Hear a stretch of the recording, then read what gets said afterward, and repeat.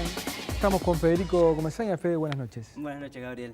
Las AFAP, siempre en la polémica, a pesar de que ya 17 años que convivimos. Sí, 17 años que estamos con este régimen mixto y todavía hay voces que hablan, bueno, o de volver atrás o de innovar, seguir innovando en materia de previsión social.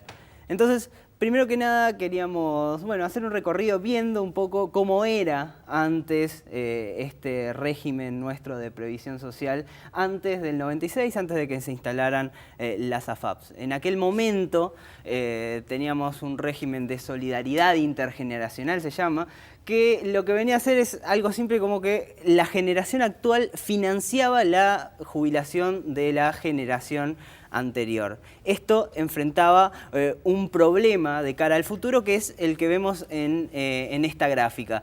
Estas son las proyecciones de crecimiento de la población desde el 96, cuando se instauran las AFAPs, a el año 2023. Vemos que el crecimiento de la población menor de 65 años esperada es de aproximadamente entre un 10 y un 15%, cuando de los mayores de 65 años el crecimiento esperado es de un 35%. Cada vez va a ser más costoso para quienes están activos financiar a los inactivos. Es decir, digamos. sí, si seguíamos con un régimen como el anterior, teníamos más cabezas para financiar, pero menos bolsillos que estuvieran trabajando en ese momento y pudieran hacer sus aportes.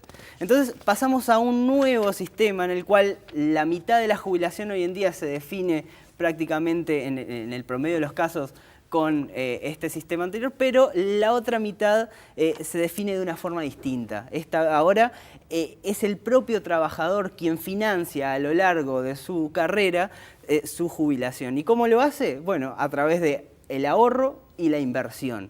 Entonces, si vemos la siguiente gráfica, vamos a ver un poco lo que es la alquimia financiera. Esto es, qué es lo que hace que valga la pena ahorrar un poquito todos los meses y después cuando yo me jubilo tener una jubilación significativa. Y esto es una simulación que hicimos en la cual pensamos, bueno, ¿qué pasaría si una persona ahorra 100 pesos todos los meses durante 35 años y lo va invirtiendo? Todos los meses agarra esos 100 pesos adicionales, los invierte. Y no solo invierte eso, sino también los 100 pesos anteriores que fue colocando cada mes y los intereses que va generando. Entonces se nos genera esta gráfica en la que vemos que, bueno, que en azul tenemos los aportes que todos los meses fue haciendo esa persona. Y en rojo vamos viendo cómo van creciendo los intereses. ¿A un interés de cuánto? A un interés de un 5% real estamos considerando que es un interés que consideramos aceptable, digamos, para un régimen de previsión social. Entonces, acá vemos que a un 5%, que esto es todo simulado, esa persona va a terminar a los 35 años con un 37% de su fondo total que provino de aportes y un 63% que provino de intereses. Acá vemos una clave fundamental del sistema de ahorro y es que esa curva se va haciendo cada vez más empinada y la velocidad de crecimiento de ese fondo que yo tengo va aumentando con el tiempo. Es decir, si lo agarro a la mitad del tiempo voy a tener la mitad del dinero total que voy a tener al final. Y eso se da porque la clave del sistema de ahorro individual es que estamos hablando de un periodo largo de inversión. Y Hoy no podríamos proyectar, hoy no se podría proyectar con grados de certeza importantes cuánto le tocaría cobrar a un trabajador en virtud de que hace 17 años que el sistema está y no hay jubilados por el sistema nuevo, digamos, ¿no? Eso es verdad. Y además que acá estamos suponiendo una velocidad constante de crecimiento, una velocidad de inversión constante de un 5% de interés. Sin embargo, en la vida real ese 5% no se da, no tiene por qué darse siquiera y además no se da siempre de manera constante. Por lo tanto, la tasa puede ser en algunos momentos muy alta, en otros puede ser incluso negativa, es decir, en otros puede llegar a bajar. Entonces, no sabemos de aquí en adelante cómo va a ser el comportamiento del fondo para un caso individual. Entonces, sí, hay mucha incertidumbre respecto a cómo puede ser un caso individual a futuro. Bien. Si seguimos adelante vemos que en qué invierten las AFAP y en qué pueden invertir. Esto es algo fundamental porque, bueno, nos da más o menos el perfil de riesgo que puede tener un fondo previsional. Y vemos que 73% del fondo hoy en día está invertido en títulos de deuda pública uruguayos. De hecho, la legislación uruguaya incentiva a las AFAP en cierta medida a que, bueno, que buena parte de sus ingresos, buena parte de sus inversiones vaya a los títulos de deuda pública uruguayos, considerados en cierta medida seguros, quizás comparado con los casos internacionales de fondos de previsión, considerados más seguros de lo que en realidad son los títulos uruguayos. Después tenemos un porcentaje, se le permite hasta un 50% de títulos de empresas uruguayos.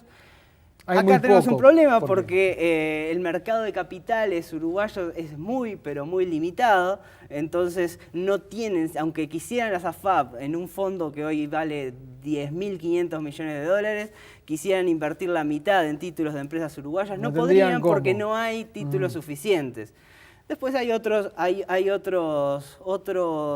posibilidades, como títulos de renta fija internacionales, que esos son en realidad títulos, lo que se llama más bien de cobertura, porque son títulos que tienen un bajo rendimiento, pero también tienen un bajísimo riesgo. Entonces, bueno, eso permite capear algunos momentos que esperemos que no, pero que pueden llegar a ser más difíciles. Yo he escuchado a algunos miembros de integrantes de AFAP cuestionar o quejarse o reclamar de que es demasiado acotado, digamos, los instrumentos financieros que tienen para moverse.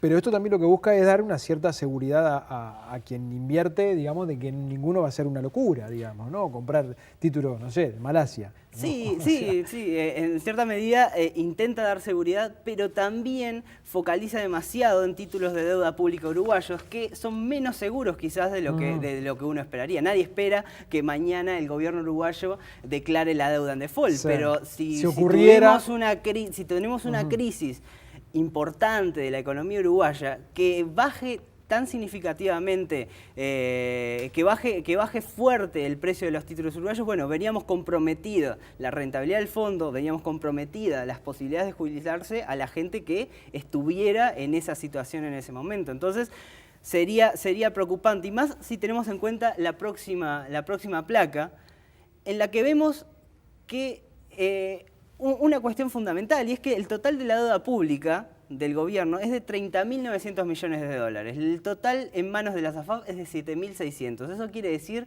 que 1 de cada 4 dólares que debe el Estado uruguayo se lo debe a las AFAP. Y eso es fundamental. Eso, por un lado, invalida una tesis que anda recorriendo por ahí, que dice que la plata que tienen hoy las AFAP es plata muerta, es plata que no se utiliza para nada. Y no, bueno, la plata que se utiliza, que tienen las AFAP, Estado, que nosotros tenemos guardadas para nuestra jubilación, está financiando al Estado, está financiando aquel gasto público que se hace por encima de los ingresos del Estado. Es deuda. Es decir, infraestructura, educación, todo lo de gasto social, todo eso se financia en cierta medida con nuestros ingresos. Y eso es también una debilidad. Es por un lado una fortaleza porque lleva a convalidar el régimen y decir, bueno, es beneficioso para la sociedad uruguaya, pero también es una debilidad porque si mañana los títulos de deuda pública llegan a caer de valor y las AFAP tienen que salir a vender, las AFAP son un actor muy, pero muy relevante para la deuda pública. Y entonces es muy difícil que las AFAP vayan y salgan a vender, desprenderse de tantos títulos que hoy tienen. Y además que si las AFAP llegan a desprenderse de esos títulos, el valor de los títulos uruguayos caería por el piso y eso además repercutiría en los títulos que las AFAP se tienen que quedar. Las inversiones parecen los huevos, mucho huevo en una sola canasta. Muchos huevos en una misma canasta. Y si volvemos a la gráfica que veíamos anterior, esta de la alquimia financiera, acá podemos entender algunos aspectos vinculados con esta nueva ley que se aprobó hace unos días a nivel del Parlamento, que marca en realidad una ventana de salida para los afiliados a las AFAPs. ¿La ley que dice básicamente? Que establece que, bueno, que entre los 40 y los 50 años una persona puede optar por desafiliarse del régimen de AFAP. Entonces, lo que tendremos que preguntarnos ahí es, ¿a alguien le conviene? ¿Hay alguien que está hoy en AFAP y le conviene salirse del régimen? Y en un primer momento podemos ver que sí, que podría llegar a haber gente que esté en una etapa temprana de este proceso de 35 años y para el cual esos intereses de deuda más aportes no les signifique un valor importante. Cuanto más cerca de aquí estamos, más le podría convenir. Más le pondría convenir salirse del régimen. Y eso está previsto en la ley, que personas que ingresaron con más de 40 años allá en el 96 y que hoy, bueno, están por salir, por terminar su carrera laboral, tendrían menos de 20 años de aporte, y es decir que estarían por acá. Entonces, acá quizás, bueno, algunas de esas personas de sueldo muy bajo también, entonces, bueno, quizás les convenga salirse. Otra puede ser gente que salió del mercado laboral antes del 96 y hoy en día se reengancha al mercado laboral y entonces, bueno, tiene pocos años de aporte y entonces ahí quizás podría llegar a convenirle salirse. Sin embargo, como tú decías, si hay mucha gente que puede estar sobre el tramo final, pero que podría llegar a estar sobre el tramo final a la hora de jubilarse y que hoy anda más o menos por acá. Esa gente hoy, cuando va a consultar a ver cuál sería su jubilación, bueno, hay mucha incertidumbre sobre cómo va a ser su jubilación. A los 50 años todavía falta un tramo para jubilarse y quizás los números que hoy reciba no sean del todo adecuados y le dé información insuficiente para tomar una decisión de esta magnitud. Fede, muchas gracias. Nos vamos a la tanda y venimos con Ariel Ferrari y Dolores Benavente. Presenta Beneficia, el plan de soluciones de salud, seguridad y servicios más completo del país. Catunasi, terminal especializada de contenedores del puerto de Montevideo. La tienda del espía. Entérese de todo. Jaume y Seré, su socio estratégico en comercio exterior y logística.